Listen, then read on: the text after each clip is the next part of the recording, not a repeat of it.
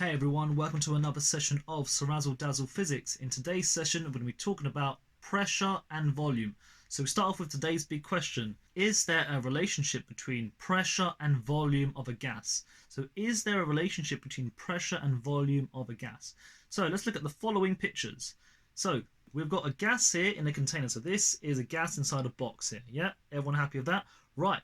So what happens if we were, so right now, if you count, guys, we've got 5 particles inside this box.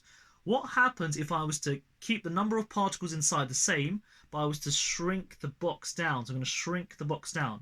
What would happen? Think about it. So right now, what would happen to the pressure? What's going to happen? So we have this box. We're going to shrink it right down to a smaller size and keep the number of particles the same inside. So let's draw the box. So right now we're going to shrink it down. It's really small now, tiny now, guys. So it's really tiny. And we're going to put the same number of particles inside. So 1, 2, 3, 4, 5. Right. What's going to happen? I want you to think about the number of collisions per second with the walls. What's going to happen to the number of collisions per second in the wall? Now that we've shrunk it down, what do we notice? So from here, so this is, let's call this volume 1. Let's call this volume 2. We know that the volume of the first one, V1, is greater than V2. Yeah? Right now. So if the volume is great at the start, but now we're making it smaller, what do you think is going to happen to the pressure? Which one looks highly pressurized? Is it the first or the second one? Which one do we think, guys?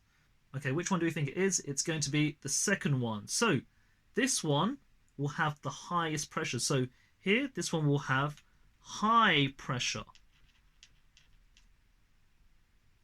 Yeah, so that one will have high pressure.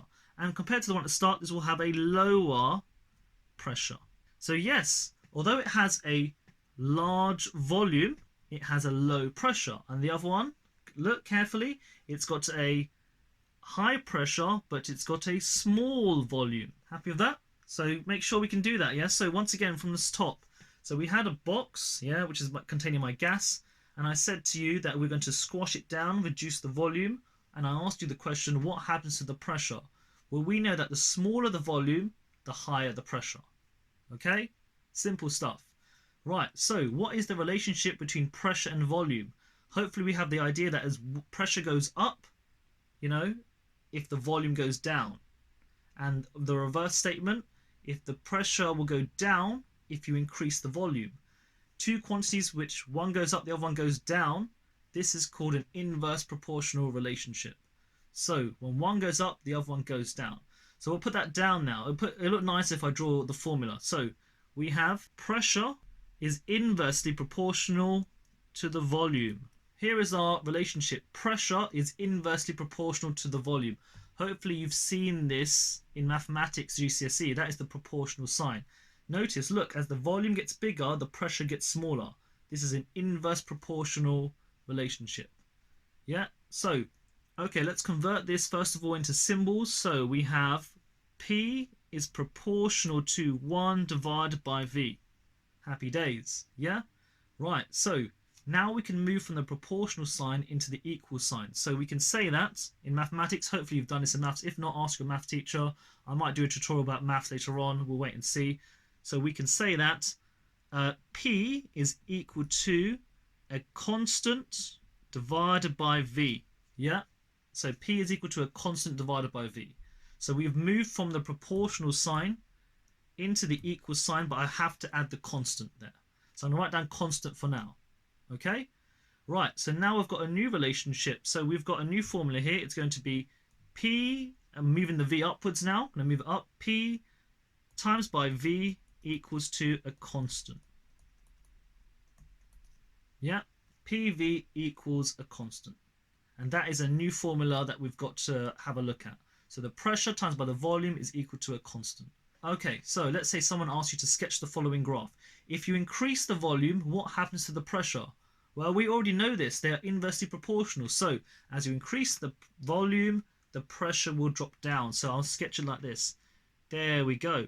Yeah, happy with this? This is for a gas, obviously, so I'm going to draw my gas over here. So here is my gas, my box, my container. Easy stuff. Okay, so the box is over there. Right, so let's pick 2 points over here on this graph. So we have the following. So, okay, so let's look at point A on here. So this is quite tough, guys. So, right, let's look at point A. So for point A, we know the pressure at point A times by the volume will be equal to a constant. So we know, let's call the pressure times by the volume will be equal to a constant.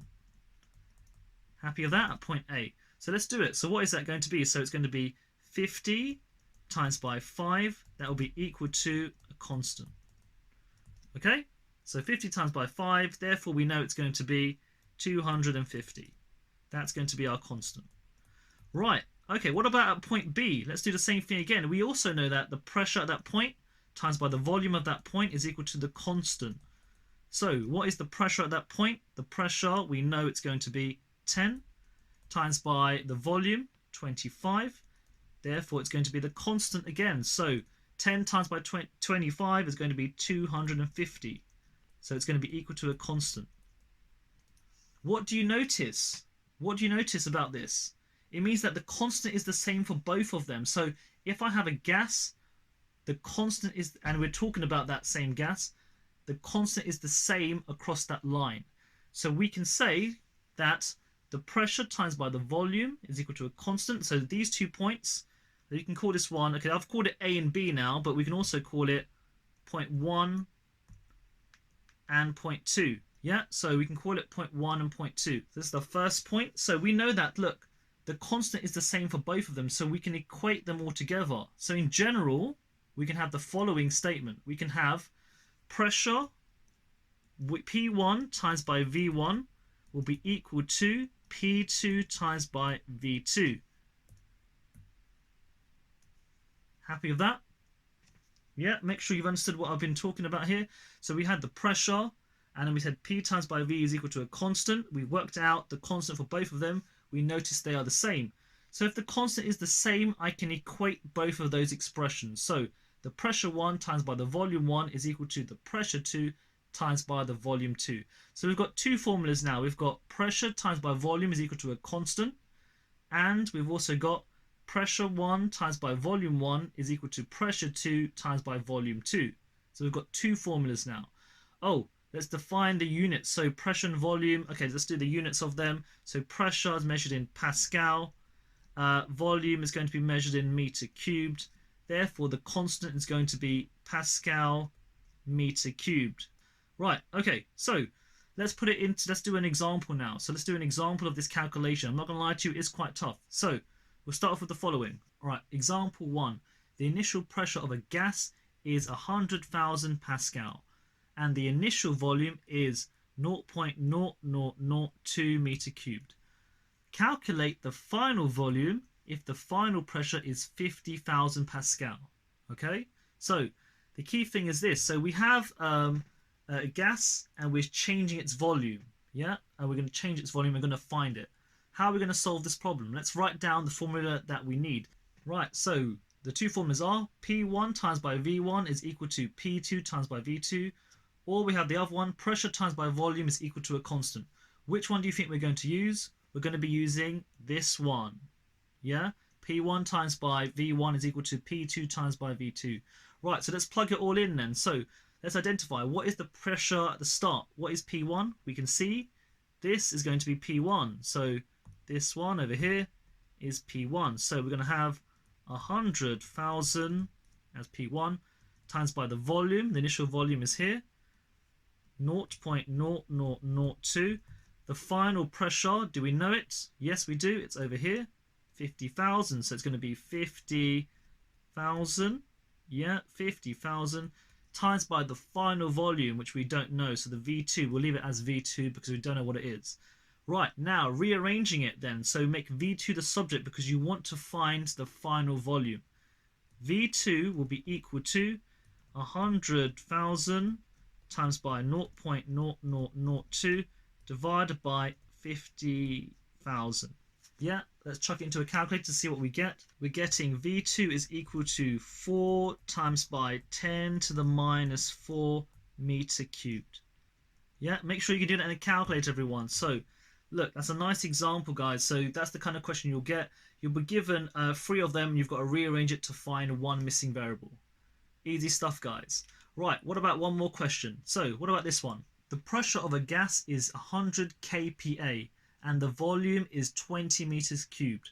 Calculate the constant. So first of all, which formula are we going to use? Is it P1 times by V1 equals P2 times by V2, or P times by V is equal to a constant? Which one are we going to use? Well, hopefully we can see that we're looking at the constant. So it is this one we're going to use here. So let's work that out. So let's write down the formula. P times by V equals a constant. Right, so the pressure, the first pressure is going to be 100, but it's kilopascal. Notice that little kilo over here, we've got to convert it. So kilo means times by 1,000. So 1, 2, 3 Pascal times by the volume.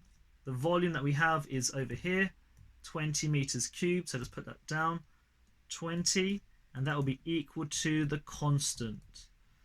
Yeah, and obviously that's meters cubed for the volume. So yeah, let's plug it into a calculator or do it in your head, whatever's easier. It's going to be 2 million Pascal meter cubed. Yeah, okay, yeah, 2 million Pascal meter cubed. Yeah, make sure you get that answer. And obviously, I get the units of Pascal meter cubed because I'm timesing Pascal by meter cubed. Okay, it's a lot in today's session. I'm not going to lie to you, it is quite tough. So let's go over it very slowly right from the beginning. So from the beginning, I said, is there a relationship between pressure and volume? Yeah, so we gave you the example of a box here, sorry, the gas, and we said that it has some pressure inside. If I were to decrease the volume, what happens to the pressure? Well, if I decrease the volume, the pressure goes higher. So we learned that as you decrease the volume, the pressure goes up. And the same reverse statement occurs. If I increase the volume, the pressure goes down. So there is an inverse proportional relationship. Pressure is proportional to 1 over the volume. This is an inverse proportional relationship. Therefore, pressure is equal to a constant divided by the volume. Yeah? A little bit of maths trickery there. And it leads us to our first formula. P times by V is equal to a constant. P times by V is equal to a constant. Then I drew the graph and we said, okay, right now we have this following sketch, pressure and volume. And obviously, I then said, if we put 2 points in there, we will notice that the constant is the same at both places. And we proved it. I did the pressure times by the volume of the first one. Yeah, this one over here. That's this one over here. Yeah, and is going to be equal to this same one, the second one over here for B. So we learn that the constant is going to be the same. Therefore, I can connect both equations together. So we can say that P1 times by V1 is equal to P2 times by V2. Yeah, so the constant same as both. So the pressure at 1 times by the volume of 1 is equal to the pressure of 2 times by the volume of 2. Right, scrolling down, we did one example. We were given different variables. We had to plug them in and find the variable that we were missing. So I rearranged that formula. P1 times by V1 is equal to P2 times by V2. I rearranged it to make V2 the subject. And afterwards, we did one simple example of working out the constant. I just did the pressure times by volume is equal to a constant. And that's it, guys. I know this was a tough lesson, guys, so don't worry if you struggle on it. Watch the video a couple of times to let it sink in. Hopefully you understood it. I shall see you next time. Make sure you like and subscribe to my videos. Make sure you keep my channel going. Bye bye, everyone. Good luck.